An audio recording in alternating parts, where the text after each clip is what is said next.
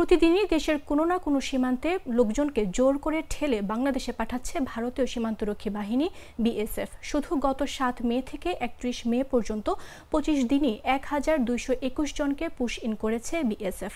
এজন্য সীমান্তবর্তী 18 জেলাকে বেছে নিয়েছে তারা।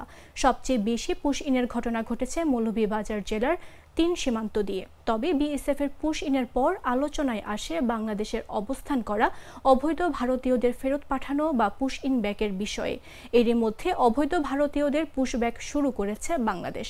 বাংলাদেশের তরফ থেকে বলা হচ্ছে, ভারত যথাযথ প্রক্রিয়া অনুসরণ না করে সীমান্ত দিয়ে জোর করে লোকজনকে বাংলাদেশে পুশ ইন করছে। বাংলাদেশে যেসব অবৈধ ভারতীয় অবস্থান করছে তাদের যথাযথ নিয়ম মেনে পুশ ব্যাক করা হচ্ছে। স্বরাষ্ট্র মন্ত্রণালয়ের জননিরাপত্তা বিভাগের যুগ্ম সচিব ডক্টর জিয়াউদ্দিন আহমেদ বলেন, স্বরাষ্ট্র ও পররাষ্ট্র মন্ত্রণালয়ের বৈঠক ছিল। পররাষ্ট্র মন্ত্রণালয়কে অবহিত করা হয়েছে। কূটনৈতিক তৎপরতা আগেও ছিল, তবে বৈঠকে কূটনৈতিক তৎপরতা আরও জোরালো করার কথা জানানো হয়েছে।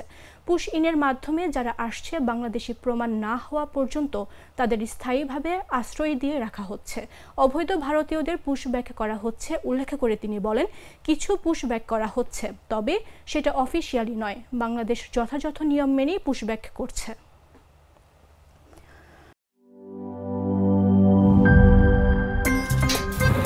আমার একটা স্মার্ট সিদ্ধান্তে 25% গ্যাসের খরচ কমেছে। ভাবছেন কিভাবে?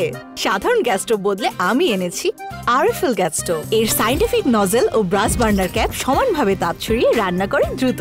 তাই গ্যাসও বাঁচায় 25%, টাকাও বাঁচে 25%। আরএফএল গ্যাস স্টোভ, নিরাপদ ও গ্যাস সাশ্রয়ী।